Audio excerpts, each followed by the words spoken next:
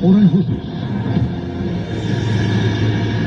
Ya, istilah kurikulum merdeka ini yang akan kami soroti pagi hari ini disampaikan oleh Tomo Hakim.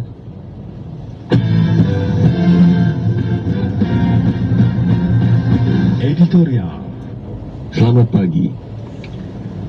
Menteri Pendidikan, Kebudayaan, Riset, dan Teknologi Nadiem Makarim secara resmi meluncurkan kurikulum merdeka sebagai bagian dari tindak lanjut memperbaiki kurikulum 2013. Kurikulum ini menjadi bagian dari program Merdeka Belajar episode 15 dan disebut sudah diuji coba pada 2.500 sekolah penggerak dalam waktu 1 tahun terakhir di jenjang TK hingga SMA. Menteri Nadiem menilai Indonesia saat ini tengah berada di masa krisis pembelajaran. Bahkan, pandemi COVID-19 semakin memperburuk situasi tersebut. Nadiem juga mengungkapkan kurikulum Merdeka Belajar, bagian lanjutan dari pengembangan dan penerapan kurikulum darurat yang diluncurkan untuk merespons pandemi COVID-19. Kebijakan Mendikbudristek sudah tepat, hanya perlu sosialisasi yang lebih intens kepada stakeholder dunia pendidikan, termasuk kalangan yang masih meragukan kurikulum baru ini. Pengurus Besar Persatuan Guru Republik Indonesia atau PGRI memberikan catatan terkait pelaksanaan kurikulum tersebut. Seperti disampaikan Ketua Departemen Penelitian dan Pengabdian Masyarakat PGRI Sumardiansyah Perdana Kusuma, guru-guru di sekolah yang telah menerapkan kurikulum merdeka banyak yang mengeluhkan kurikulum baru ini akan berdampak pada hak tunjangan mereka. Selain itu, pihaknya juga menyoroti soal beban mengajar bagi para guru sebagai salah satu kriteria penerimaan tunjangan profesi. Kreasi dan inovasi guru dalam mengajar tetap tidak akan tumbuh optimal karena masih berkutat dengan kewajiban beban mengajar 24 hingga 40 jam. Artinya, guru masih belum benar-benar merdeka mengajar, dan itu yang harus disesuaikan dengan kurikulum baru tersebut.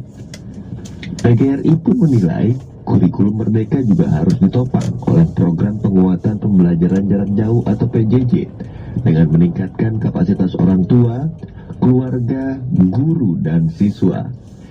Terlepas dari berbagai pendapat tersebut, Menteri Nadiem menjelaskan bahwa sekolah diberikan kebebasan menentukan kurikulum yang akan dipilih dengan kurikulum merdeka yang akan diterapkan pada tahun ajar 2022-2023. Pilihan pertama, kurikulum 2013 dapat diterapkan secara penuh jika memang sekolah merasa belum siap mengubah kurikulumnya.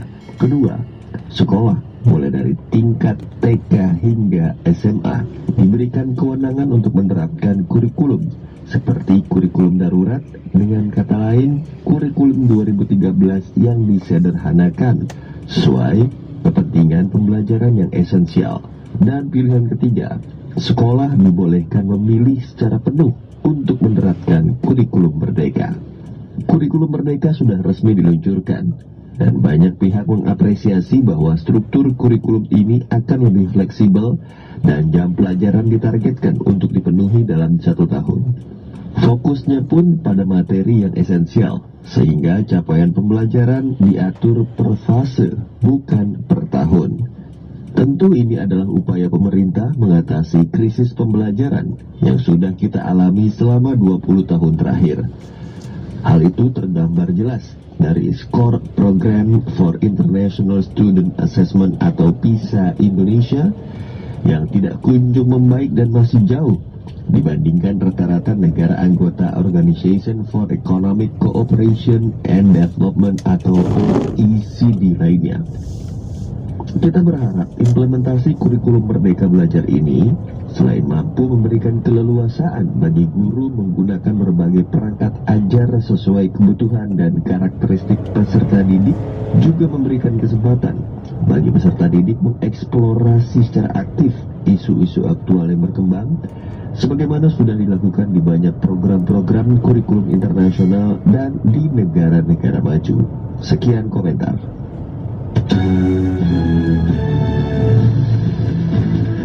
Demikian warta berita pagi ini. Kami harap Anda tetap bersama dengan kami untuk menyimak informasi-informasi aktual lainnya dalam program Indonesia Menyapa.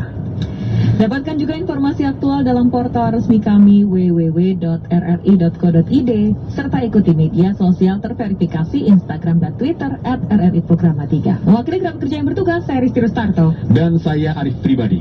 Selamat pagi.